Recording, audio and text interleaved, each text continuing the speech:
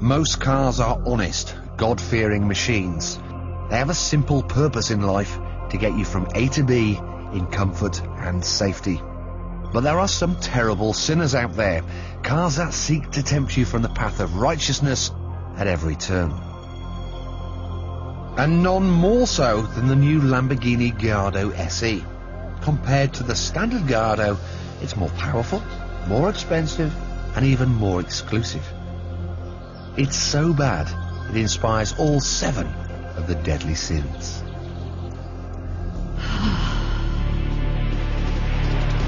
Not satisfied with a 5-litre V10 that already dwarfed their rivals, Lamborghini are now positively overdosing on BHP.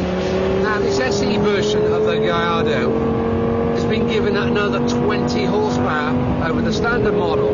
So it now kicks out 520 horsepower, and it does feel a bit more eager, but I reckon that's to do with the fact that this limited edition has been given shorter gear ratios, so it accelerates faster. Nothing to do with the engine power, it's the gearbox that does it. Most supercars do great with rear-wheel drive, but Lamborghini have stuck doggedly to their prized 4-wheel drive system. But it's not necessarily something to be proud of. One of the things I've noticed is that when you turn the car into the corner, the car feels fabulous. Got good grip, good feedback.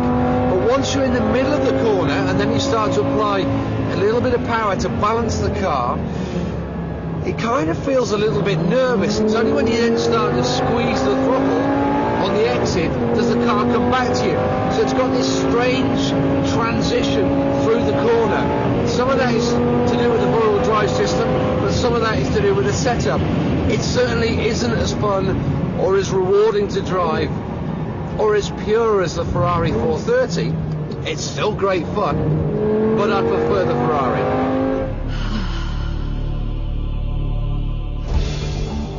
Will owning an SE make people jealous?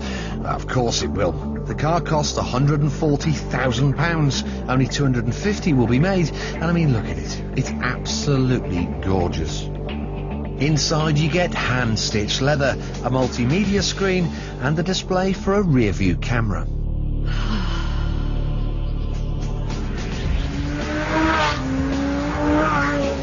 At full pelt, the 10 cylinders ravish fuel at a rate of 9 miles per every gallon, with leftovers burning at the exhaust.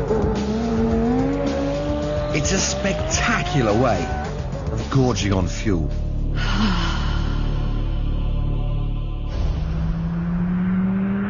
This car has dispensed with a gear lever and clutch. Instead, it's fitted with the lazy man's way of swapping cogs. Now this Gallardo we've got has got the £6,000 extra tricky gearbox called E-gear. It's basically one of these semi-automatic flappy paddles. There's 2 settings. You've got standard or sport. And in standard mode, the gear changes, it's fairly smooth. The down changes are good, they're well synchronised. This sort of car, you want to give it some stick it into sport. Now feel the difference. It's so aggressive. Here we go, feel this. I can hear the drive shafts almost wanting to snap. I can hear the prop shaft down the middle of the car hitting the underside. Ooh, it just doesn't feel nice. It feels too aggressive. Not for me, I'm going to go back to normal. I'm afraid the anger's on my part, and it's all to do with the over-officious ESP traction control system. We saw Tiffany drive the Ferrari 430 a couple of weeks ago, and we saw those gorgeous, beautiful oversteer slides. Now, I want to be doing those in the Gallardo SE, but I'm afraid I can't, and that's because the ESP system won't turn off completely. I'll show you what I mean. So second gear, pitch it in, and apply the power. It just interferes with what I want the car to do. It's constantly changing the attitude of the car, grabbing the brakes. I want to drive the car. I don't want a box of electronics dictating what I can and can't do. Just won't let you turn the thing. I love this car, but I can't drive it as I want.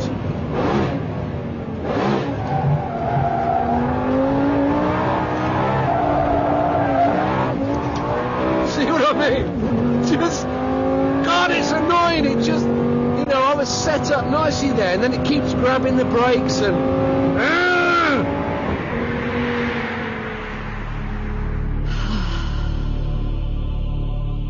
So I've spent a day with it, but would I love to own one? No.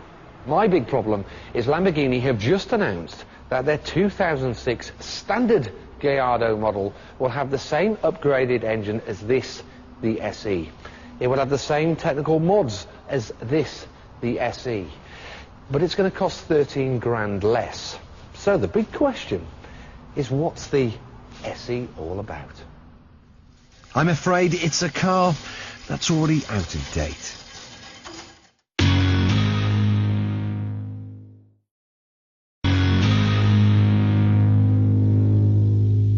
Before the break, we saw Jason racing around Snetterton in the new Lamborghini Gallardo SE. But you had a bit of a downer on that, didn't you, Jason? I did a little bit. But, you know, it is a fantastic car. It's very special. It looks amazing. Yes. It drives very well. It's got a great exhaust note. But I just couldn't turn all the toys off. I couldn't turn the ESP, traction control, off completely, and that just upset me a bit. No, I've driven that car on the road, and I've driven it fairly hard, and I never even got into the situation where that became an issue. I mean, you were ripping all four wheels off that car. You were turning it in like a madman, and I don't think anybody who buys that car is ever going to drive it like that. But that's my point. Ever. I had to do that to overcome the ESP. If you drive it nicely and smoothly, as I would have preferred to have done, it stops you. As soon as it's sensitive, a little bit oversteer, it stops. Which is where the Ferrari beats. The Ferrari, not only is rear-wheel drive only, you don't need four-wheel drive anymore in a supercar. That's ridiculous. Throw away that front-wheel drive. There's no need. The Manettino, the great Ferrari Manettino with the switch, which changes suspension settings and traction, so it can suit everybody. It's 10 grand cheaper. It's a better-looking car. It's Ferrari all the way. No. I must admit, I'm with Tiff. I'd never, ever want to own one of those. I'd certainly want to borrow one for a weekend or two. I'd go for the Ferrari every day. Ferrari. No, I'm having a Lamborghini because it's not a Ferrari, and I want to be different. And I'm not a racing driver, and I hate you all.